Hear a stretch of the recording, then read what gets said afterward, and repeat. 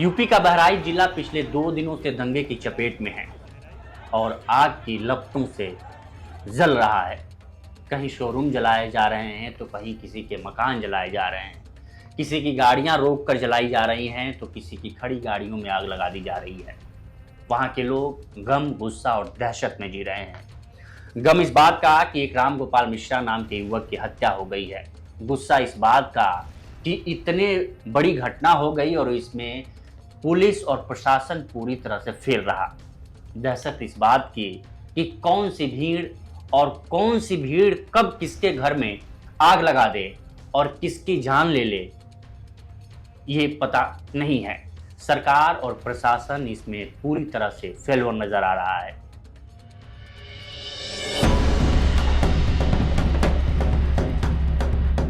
कहानी शुरू होती है 13 अक्टूबर। दुर्गा विसर्जन के लिए मूर्ति ले जाई जाती है, एक प्रोसेशन ले जाया जाता है जिसमें एक भीड़ होती है और वो दुर्गा जी के पीछे चलती है और अपने हिंदू समाज इस लेके जाता है। और कहा जाता है कि ये जो प्रोसेशन था वो एक विशेष समुदाय की तरफ से गुजर रहा था। वहाँ की डीजे को लेके बवाल मचता है। कहा जा रहा है कि डीजे की आवाज़ को कम करने के लिए वहाँ के लोगों ने कहा तो यहाँ जब विसर्जन ले जाया जा रहा था तो इसे और तेज कर दिया गया। उसके बाद से थोड़ी बहुत कहा-सुनी हुई, उसके बाद झंडे को लेके भी बात चला।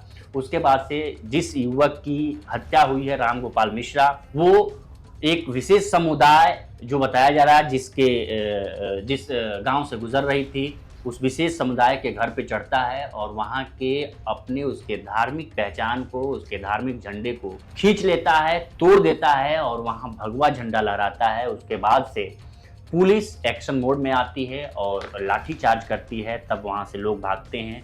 उस वक्त तो राम गोपाल मिश्रा जिस घर पे चढ़ता है उस घर का बताया जा रहा है कि उस घर के वो घर हामिद का घर था।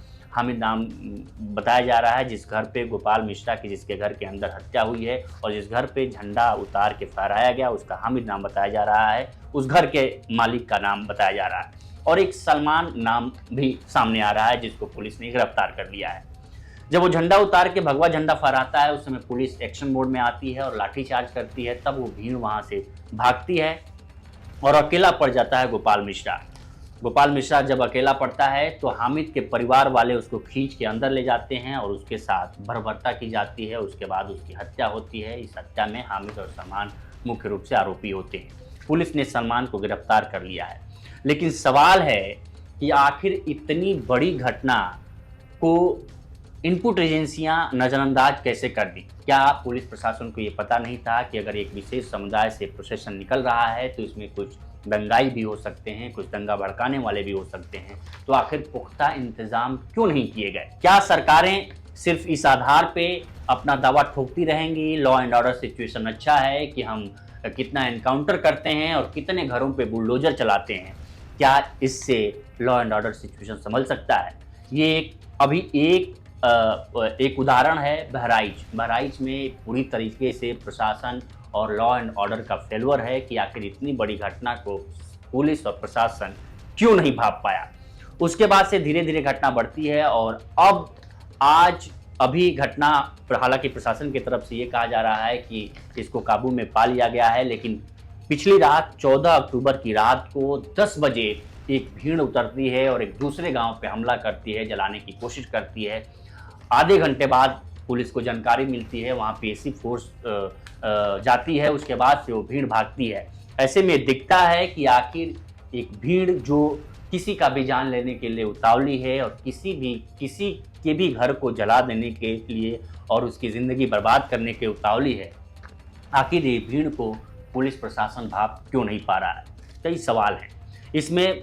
प्रशासन और सत्तासीनों के भी बहुत बड़े इसमें एक हैं, इसमें सलम त्रिपाठी। हालांकि हम अगले वीडियो में सलम त्रिपाठी के बारे में बात करेंगे। ये बीजेपी के विधायक हैं और एक लिस्ट जारी करते हैं उन पत्रकारों की और ये दावा करते हैं कि आखिर देखिए कि जो बहराइच दंगे और बहराइच हिंसे की जो कवरेज कर रहे हैं वो एक किसी विशेष समुदाय से ताल्लुक़ रखते हैं, जो कि ये खबर कई मीडिया चैनलों में एक फर्जी तरीके से बताई जा रही है। विपक्ष के प्रवक्ता भी फर्जी तरीके से बताए जा रहे हैं। बहुत सारे ऐसे मीडिया चैनल और मीडिया घराने हैं जिनके रिपोर्टर्स हैं वो उस विशेष समुदाय से ताल्लुक़ नहीं रखते हैं जिस विशेष समुदाय से सलम त्रिपाठी बता रहे हैं।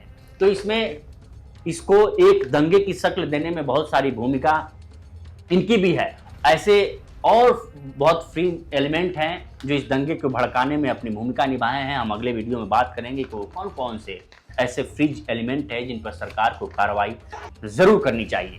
लेकिन सवाल है कि आखिर पुलिस प्रशासन इतनी बड़ी घटना और इतने बड़े दंगे को विफल करने में न रोक पाया, ये एक बड़ा सवाल है। तो इस वीडियो में इतना ही। बाकी देश दुनिया की तमाम खबरों के लिए बने रहें लोकमत हिंदी के साथ। नमस्कार।